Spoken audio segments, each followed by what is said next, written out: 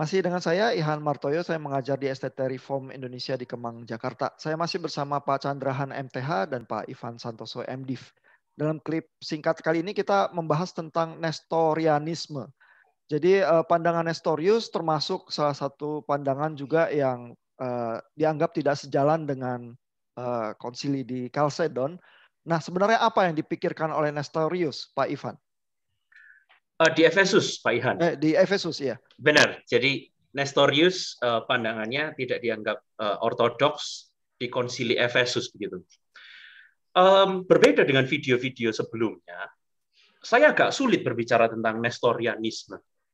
Dan mungkin berikutnya itu mungkin kita berbicara tentang posisi yang berseberangan dengan Nestorianisme, yaitu miafusit. Tetapi kedua posisi ini berbeda dengan di video sebelumnya, itu memiliki gereja yang merupakan turunan dari posisi Nestorianisme dan miafusit. Nestorianisme, gereja yang merupakan turunan langsung dari posisi yang dipegang Nestorius, itu disebut sebagai Church of the East. Nah, ini memang agak susah untuk menerjemahkan ke bahasa Indonesia, karena kita juga memiliki terminologi lain di dalam bahasa Inggris, Eastern Church, yang sering diterjemahkan gereja timur, yang mencakup Eastern Orthodox di dalam. Nah, ini berbeda. Ini Church from the East. Yang terbesar hari ini itu Assyrian Church from the East. Karena di Indonesia sejauh yang saya tahu tidak ada. Nah, mungkin terjemahannya itu susah di Indonesia apa?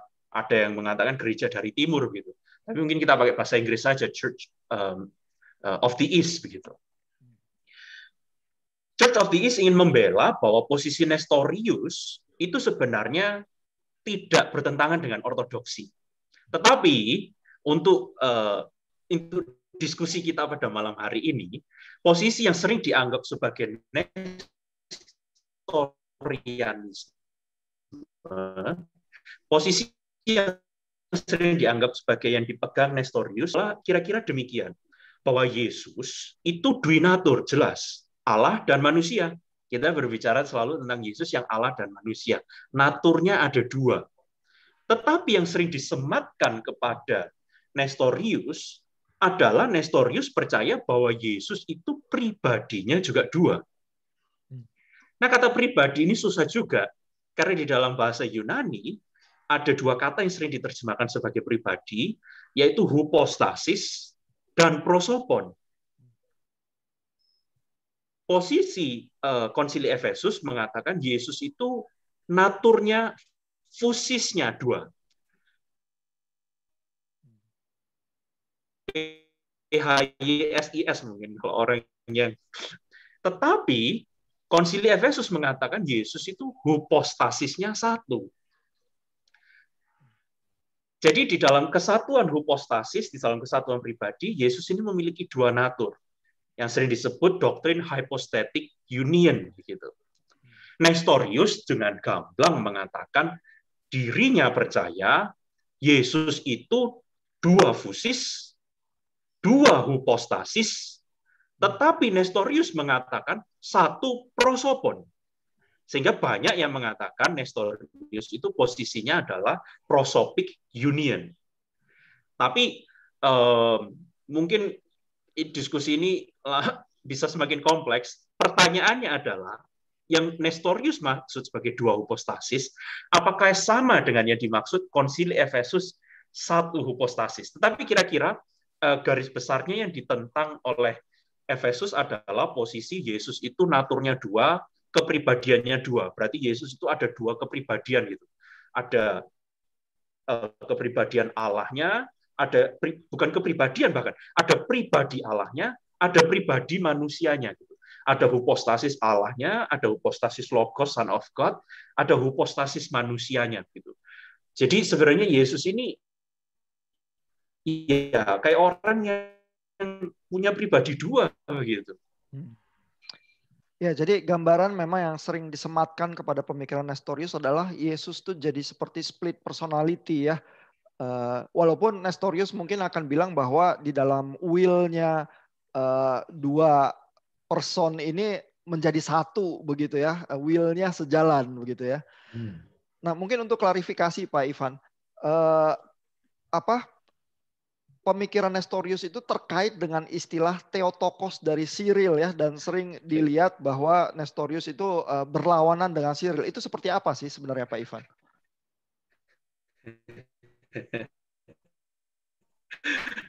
Iya, Pak Ihan, Theotokos ini kan juga terminologi ini kira-kira artinya adalah yang mengandung Allah, tapi sering diterjemahkan sebagai Mother of God, Bunda Allah. Gitu. Jadi Cyril dan konsili Efesus dan gereja-gereja pada berikutnya yang memegang konsili Efesus mengatakan bahwa karena natur Allah dan natur manusia itu bersatu di dalam pribadi logos hypostasis itu yang menjadi Kristus, karena menjadi satu, apa yang dilakukan gini. Jadi apa yang dapat disematkan ke satu pribadi ini in a way dapat disematkan ke kemanusiaannya dan ke keilahiannya. Jadi Kristus, satu pribadi ini dikandung oleh Maria. Jadi in a way, in a mysterious way, Allah itu dikandung oleh Maria. Jadi Maria menolak kesatuan yang terlalu dekat ini, sering dikatakan karena ada dua pribadi ini, ada pribadi Allah, pribadi manusia. Nestorius menolak untuk menyebut Maria sebagai Bunda Allah. Nestorius mengatakan lebih baik kita berbicara tentang Maria sebagai Christotokos, yaitu Bunda Kristus begitu. Jadi Nestorius itu bersikeras ada dua ya nature dan ada dua hipostasis itu ya, sehingga segala sesuatu yang tampaknya menyatukan keduanya itu yang dia lihat dalam istilahnya Theotokos dari Cyril itu dianggap oleh Nestorius berbahaya begitu ya. Itu yang sering disematkan ke dia. Cuma saya ragu apakah dua hal ini berhubungan erat itu. Apakah alasan penolakan Nestorius terhadap Theotokos itu benar-benar karena Nestorius percaya hypostasisnya dua. Tapi isu lain yang sering juga disematkan itu karena sudah menjadi satu, Nestorius dan pengikutnya itu juga menolak bahwa Allah itu in a way menderita begitu. Oh, oke, iya. Itu pikiran yang lain lagi ya yang bisa ya, yang lain lagi. Nah, Pak Chandra, gimana pandangan Pak Chandra soal pikiran Nestorius, Pak? Iya, jadi ini memang sulit ya Nestorius ini ya. Karena memang ini salah satu bapak gereja yang ya memang saya rasa memang dia memikirnya memang sudah sangat jauh lah ya, antisipasinya juga saya rasa dia sangat jauh. Jadi memang betul ya dia mencoba membuat dua pribadi dengan dua natur ini ya, supaya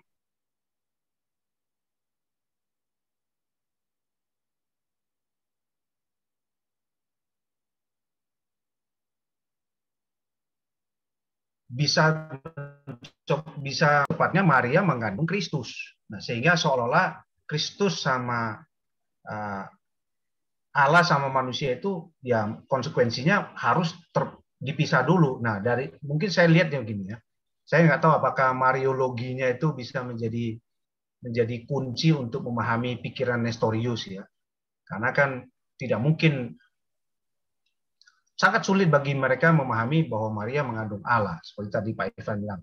Dalam pengertian tentu Maria mengandung Allah itu kan persoalan sendiri. Mungkin bagi Nestorius ada baiknya kita tidak mengatakan Maria mengandung Allah, karena yang dikandung Allah itu adalah Kristus. Nah, sehingga dia membuat pembagian itu. Yang sebetulnya pembagian itu justru ya tanpa disadari itu justru menimbulkan sebuah kontroversi bagi gereja pada masa itu ya. Sehingga ini nanti menjadi, waduh, saya rasa pertentangan yang sangat signifikan. Karena sulit sekali mengatakan bahwa Nestorius itu satu. Seperti, maaf ya, seperti Arius itu, iya jelas ya. Tapi kalau ini kan tidak ya. Ini kan mencoba memakai istilah-istilah misalnya usia dan misalnya prosopon ini kan kalau kita mau jujur mungkin lebih mirip pada dua istilah yang berbeda tapi punya konotasi yang mirip atau bahkan sama. Sehingga kan agak membingungkan ya. Jadi untuk bilang dia salah, mau sepenuhnya salah memang satu. Kalau dia memakai istilah prosopon dan dia mungkin, saya nggak tahu apakah dia betul menjelaskan prosopon dengan rinci ya. Kalau itu terjadi kan seolah-olah sebetulnya kan lebih ya antara dua natur, satu prosopon besar. Di dalam dua natur itu dia buat rinci lagi, ada pribadi, ada ini. Waduh, ini kan rumit ya. Jadi sebetulnya pemikiran Nestorius itu menurut saya ya tidak umum sih kalau mau jujur ya. Itu kan bagi saya itu adalah sebuah kreativitas dia yang memang luar biasa ya. Luar biasa untuk bisa memakai usia dan prosopon itu menjadi dua yang berbeda dan dia menurut saya cukup tumpang tindih ya. Jadi sulit sekali untuk kita itu mencap bahwa Nestorius itu memang salah besar ya, seperti Arius ya. Tapi saya melihat bahwa memang kelemahan saya pakai kelemahan ya, Nestorius itu memang waktu dia membuat dua pribadi menjadi dua kepribadian yang nanti walaupun dia bilang selalu harmonis ya, seperti Pak Ivan tadi bilang, dalam satu prosopon itu juga menurut saya bermasalah karena juga sulit sekali menemukan dasar-dasar Alkitab yang lebih kuat untuk hal itu. Bahwa dasar Alkitab kuat itu adalah memang dia manusia, dia Allah, sudah selesai. Dan satu pribadi itulah dia. Tidak terlalu jelas sebetulnya di Alkitab tuh bahwa dua pribadi, dua natur, terus satu prosopon begitu. Itu sih. Memang sangat sulit lah. Nestorius saya jujur aja ini memang sangat bingung ya gimana caranya. Iya, jadi tampaknya Nestorius mengupayakan jalan tengah ya yang lebih bernuansa dibanding dengan Arianisme atau Doketisme begitu ya. Betul. Hanya saya lihat seperti itu. Dia melihat bahwa mungkin bahayanya di dalam pemahaman Theotokos yang dari Cyril itu bahwa penekanannya nanti lebih mirip sama Doketisme ya, seolah-olah dia Nestorius itu pingin lebih dekat menekankan kemanusiaannya Yesus dengan istilah Christotokos begitu ya. Apakah itu yang ingin dikemukakan oleh Nestorius, Pak Ivan? Nestorius sering dikatakan sebenarnya ingin melakukan itu begitu. Tetapi mungkin menurut saya concern utama Nestorius sebenarnya bukan murni ingin menekankan kemanusiaan dari Kristus begitu. Tetapi concern utama dari Nestorius adalah adanya kemanusiaan yang sejati dan kealahan yang sejati yang ada di dalam Kristus. Nah, ini sama dengan konsili Efesus, sama dengan konsili Chalcedon. Cuma cara Nestorius mengungkapkan kalau Yesus itu harus adalah manusia yang sejati, Nestorius mengatakan Yesus itu harus memiliki hypostasis manusia. Nah, terminologi ini menjadi sangat problematis di konsili Efesus. Cyril of Alexandria, Cyril dari Alexandria menentang Nestorius besar-besaran karena Nestorius mengatakan adanya hypostasis manusia. Nah, karena Nestorius sering mengatakan ada hypostasis manusia, makanya sering dikatakan bahwa Nestorius itu ingin menekankan kemanusiaannya. Namun, saya nggak merasa itu 100% akurat. Nah, cuma kalau saya boleh klarifikasi sedikit, saya tetap setuju dengan konsili Efesus, bahwa kalau Yesus itu benar-benar memiliki dua hypostasis, seperti yang dimengerti di dalam kita melihat Allah Tritunggal ya, satu usia gitu ya, 3 hypostasis, saya rasa itu problematis. Saya setuju dengan Cyril dan konsili Efesus begitu. Tetapi apakah Nestorius ketika mengatakan 2 hypostasis mengerti hypostasis seperti itu?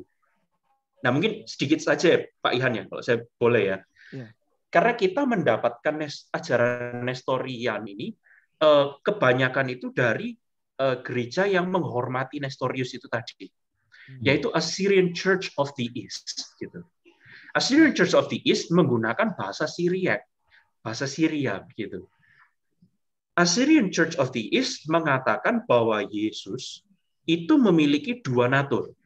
Saya lupa bahasa Syriacnya apa gitu. Memiliki satu prosopon yang sering diterjemahkan sebagai prosopon. Nah, itu setuju gitu. Assyrian Church of the East. Assyrian Church of the East mengatakan Yesus itu memiliki 2 knome, Q-N-O-M-E.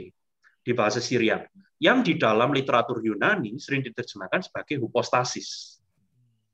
Tetapi di dalam perkembangannya, ketika mereka berbicara teologi ini, setelah dipaparkan, substansialnya pengertiannya apa gnomen. Dan Assyrian Church of the East juga merasa Nestorius percayanya ini.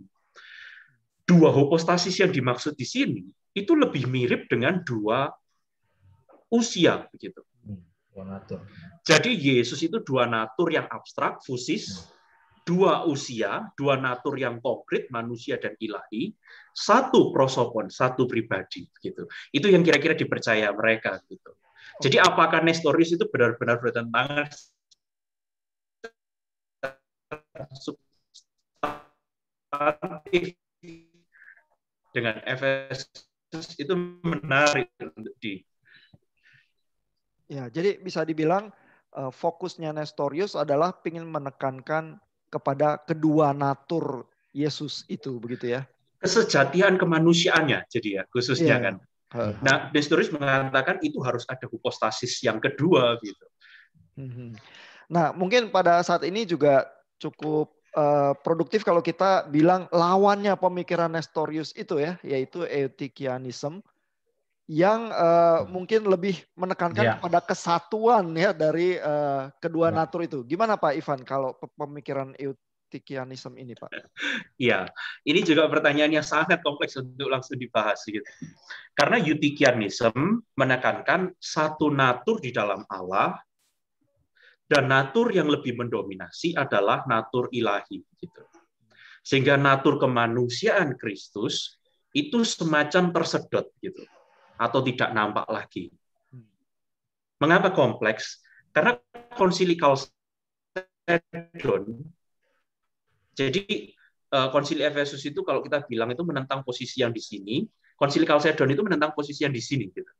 Nah, Konsili Chalcedon itu selain menentang Eutychianism dan posisi yang sering kita sebut monophysite, juga menentang mereka yang memegang posisi miaphysite. Mono dan mia di dalam Yunani artinya sama sih, satu. Tetapi konotasinya agak beda. Gereja-gereja miaphysite itu sama dengan gereja yang melanjutkan tradisi Nestorius, ada sampai sekarang. Gereja-gereja itu kita sebut sebagai gereja oriental ortodoks. Kalau gereja yang ortodoks satunya yang ada di Yunani, di Turki, di Rusia, itu di dalam bahasa Inggris dimengerti sebagai Eastern Orthodox. Meskipun arti Eastern dan Oriental itu kan sama-sama timur. Gitu. Jadi ada Ortodoks Timur, ada Ortodoks Oriental mungkin kalau kita di bahasa Indonesia. Ortodoks Oriental posisinya sering disamakan dengan Eutychianism. Makanya ditentang oleh Konsili Chalcedon. Sebenarnya gereja-gereja miaphysite ini mengikuti bahasa yang dipakai oleh teman kita yang tadi, Saint Cyril of Alexandria. Saint Cyril of Alexandria yang menentang Nestorius itu sempat mengucapkan satu kata bahwa Kristus itu miaphysis tou theos sesarkomenoi. Gitu. Miaphysis di sini artinya satu fusis, satu natur, begitu. Sehingga dianggap gereja-gereja miaphysite ini tidak sesuai dengan ortodoksi karena tidak memegang binatur Kristus, begitu. Nah, jadi kalau Eutychianism itu misalnya didesak pemikirannya, apakah kemanusiaannya Yesus itu sama dengan manusia sejati? Mungkin dia akan menolak ya, karena dia itu berseberangannya Nestorius ya, karena di dalam fusi menjadi satu natur itu kemanusiaannya itu tersedot ya dalam natur ilahi, begitu ya? Kalau Eutychianism, iya. Tapi kalau gereja-gereja miaphysit, saya percaya tidak. Oke. Iya. Jadi ini ada komplikasi juga dari pemikir awalnya terhadap gereja yang mewarisi pemikirannya, begitu ya. Karena perdebatannya saking kompleksnya, begitu ya. Nah, saya mau pertanyaan implikasi nih ke Pak Chandra. Setelah mendengar betapa complicatednya kisah ini ya, implikasinya kalau buat orang Kristen zaman sekarang kira-kira apa Pak Chandra? Ada usul? Sorry Pak Ihan. Iya. Sebelum komplikasi boleh hal terakhir aja untuk teologinya gitu ya. Boleh. Silakan Pak Ivan. Oke. Jadi Konsili Chalcedon itu menggunakan 4 empat ungkapan begitu untuk menjelaskan hubungan antara Duinatur Kristus. Empat ungkapan itu adalah without confusion, without change, without division, without separation. Jadi Duinatur Kristus itu tidak confused, tidak tercampur. Without change.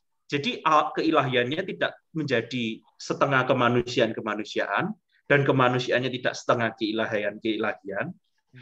Dan without division or separation, tidak bisa dipisahkan. Kita tidak bisa mengatakan, oh ini Kristus yang ilahi yang melakukan ini. Oh ini Kristus yang manusiawi yang melakukan ini. Gitu. Ini benar-benar sudah menjadi satu. Nah, kenapa saya ingin mengatakan ini? Karena selain ini sebagai definisi yang penting dari Konsili Chalcedon, yang menarik gereja Miaphysite yang tadi itu,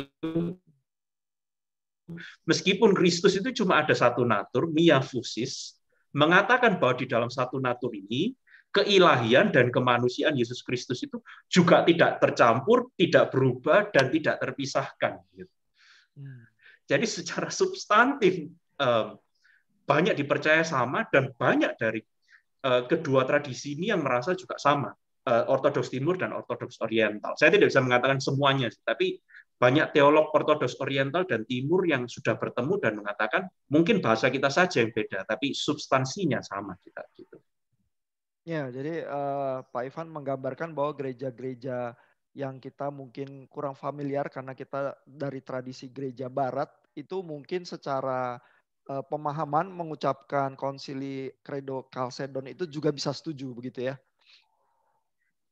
Mungkin mirip ya sama orang Protestan dengan orang Katolik kalau udah ngobrol ngopi lama terus tahu-tahu bilang kita sama juga pemahamannya ya, sama-sama Agustinian begitu ya. Iya, betul. Nah, Pak Chandra gimana Pak komentarnya Pak terhadap pemikiran Nestorius dan Eutychianism ini Pak? Iya, jadi ini ya, ini mungkin saya sih tidak pelajari dengan sangat detail ya, tapi saya seperti Pak Ivan tadi jelaskan ya, saya memang menangkap bahwa ini mungkin adalah pemakaian istilah yang berbeda, tapi penjelasan konsepnya itu maaf ya sama malah sebetulnya.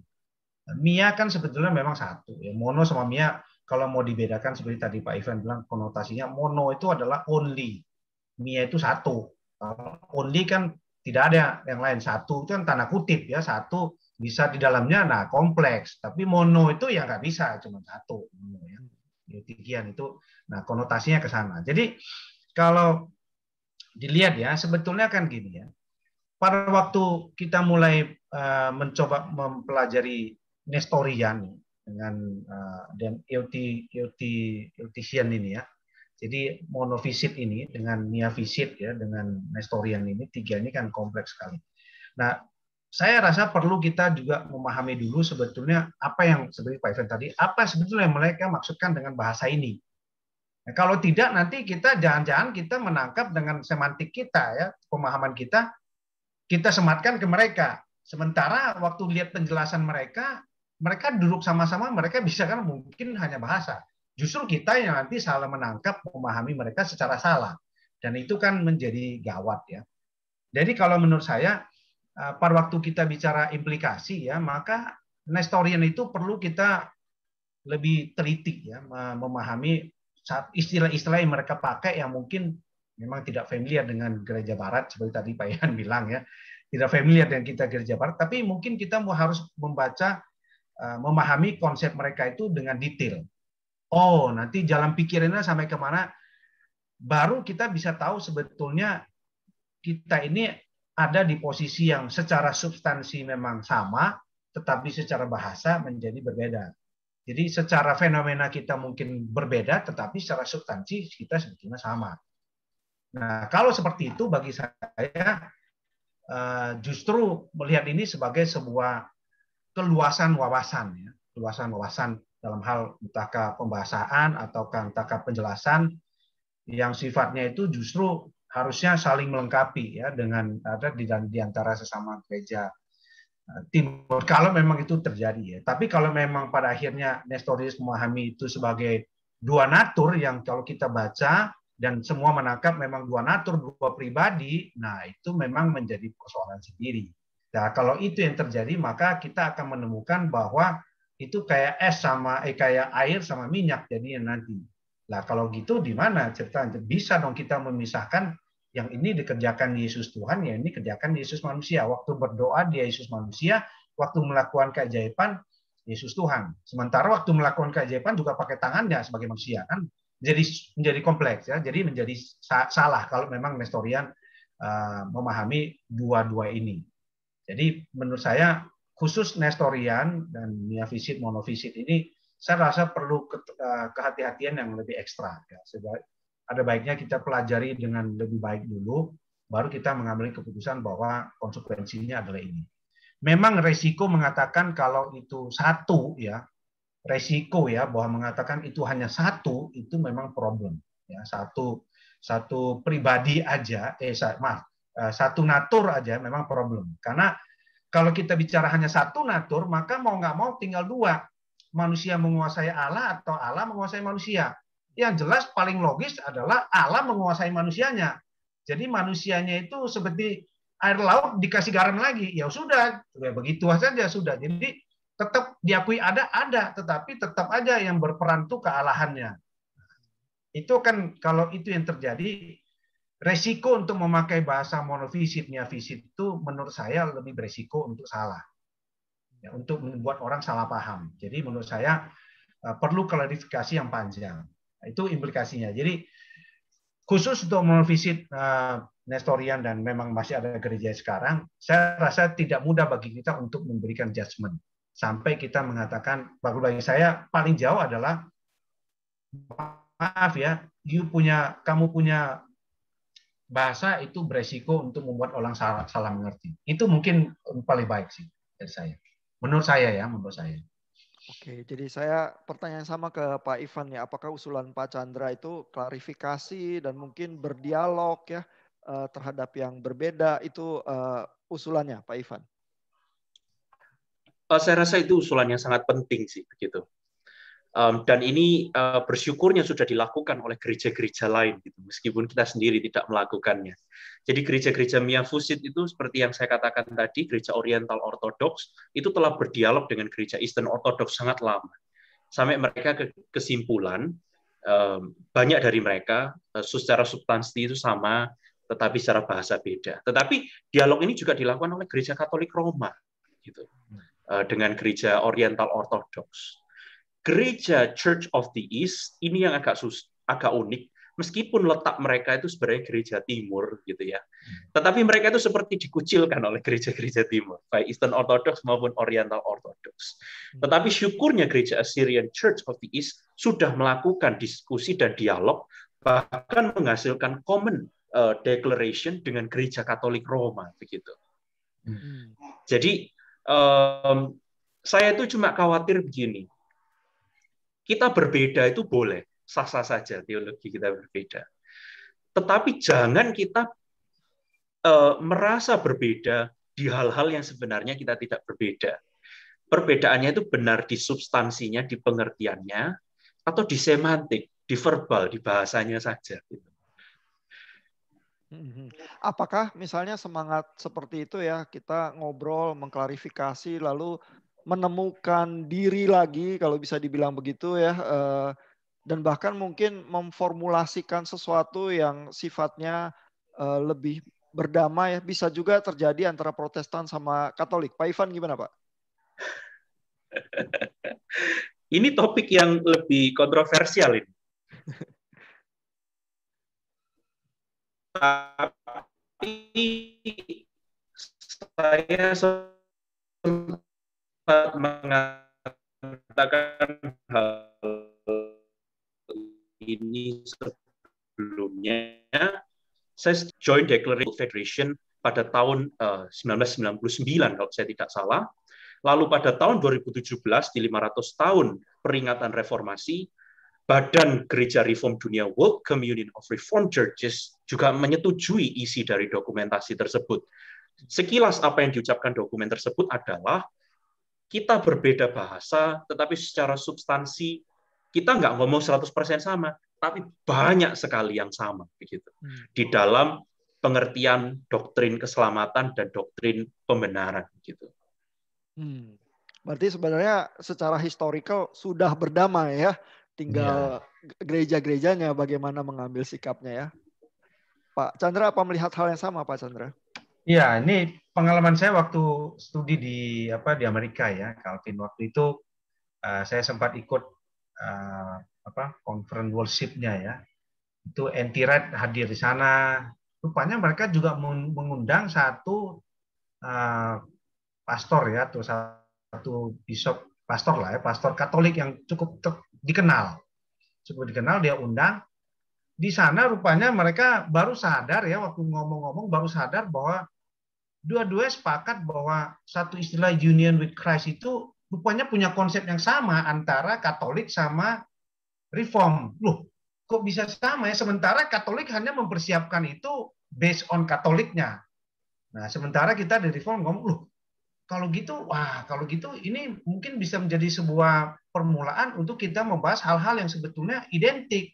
Daripada kita sibuk sana-sini, waktu itu memang pembahasan mengenai salah satunya adalah justification ya. Jadi mereka melihat bahwa justification itu harus di dalam konteks union with Christ. Nah, union with Christ itu waktu dijabarin, rupanya, maaf ya, hampir semuanya sama antara si pastor Katolik ini dengan yang Calvin Seminari ini. Jadi, waduh, loh, kok sama? Si Katolik bingung, loh, ini kok sama? Ini kita ini bagaimana ya? Baru sadar bahwa, wah kalau gitu, nah mereka waktu di sana memang tidak sampai joint declaration. Cuma mereka sepakat, mari kita kumandangkan atau istilah sekarang tuh istilah orang zaman alay sekarang itu viralkan union with Christ itu jadi semacam penyatu lah sekarang Katolik sama Reform. Mari kita setelah itu saya kembali Indonesia dan saya tidak mengikuti lagi apakah mereka memang betul-betul akhirnya mulai mengatakan pembicaraan ke sana. Jadi saya rasa banyak istilah yang berbeda ya, tapi sebenarnya kita itu secara konsep itu sangat mirip sekali. Dan itu mungkin sudah saatnya kita mulai duduk bersama sehingga tidak lagi dimulai dengan sebuah motivasi yang prejudice ya. Wah, jangan-jangan. Kalau dulu kan memang jarang reformasi kan, wah ini pokoknya Luther harus gini. Jadi egonya besar sekali ya. Sekarang kan mudah-mudahan dengan berjalannya waktu sudah makin kalem, makin tenang, makin mulai merasa ya memang harus kita buka ini. Kita harus duduk dengan pikiran yang tenang, hati yang teduh, baru kita temukan. Mungkin seperti itu dari saya. Oke, jadi Anti-Right sih memang dengan pemikiran New Perspective on Paul-nya memang ditenggarai lebih friendly terhadap pemikiran Yahudi, mengembalikan Paulus menjadi Yahudi, yang friendly juga terhadap pikiran Katolik, begitu ya. Jadi memang teologinya itu tampaknya juga dipikirkan untuk melakukan perdamaian ya di era modern ini ya. Jadi mungkin ya walaupun Anti-Right banyak yang nggak suka juga karena itu ya. Betul. Banyak orang Islam nggak suka memang, nggak setuju kok. Iya, tapi tampaknya teologi yang berdamai itu bisa diusahakan ya sebenarnya. Betul. Oke, terima kasih Pak Chandra dan Pak Ivan untuk satu diskusi yang sangat produktif ini. Pak Ihan. Oh ya, ada tambahan. Satu saja. Boleh. Mungkin silakan, yang Pak. paling penting adalah berdamai itu kita bukan menolak tradisi kita atau berbohong. Ya. Gitu. Ya. Berdamai itu benar-benar kita merasa posisi kita setelah kita bicara ternyata memang ada persetujuan gitu. Jadi ini bukan usaha-usaha untuk menipu atau untuk mengubah posisi kita, bukan itu gitu. Jauhkan prinsip itu gitu dari mencari perdamaian gitu. Tapi perdamaian yang mengakar mendalam di dalam tradisi kita itu justru yang sulit ya, karena kita tuh jadi benar-benar harus berakar dulu baru bisa mengulurkan tangan perdamaian yang seperti itu. Ya. Mudah-mudahan muncul ya teolog-teolog yang mengusahakan hal itu ya. Oke, thank you Pak Ivan dan Pak Chandra. Kita ketemu di perbincangan teologi yang lain. Selamat malam. Ya, thank you Pak Ihan, thank you.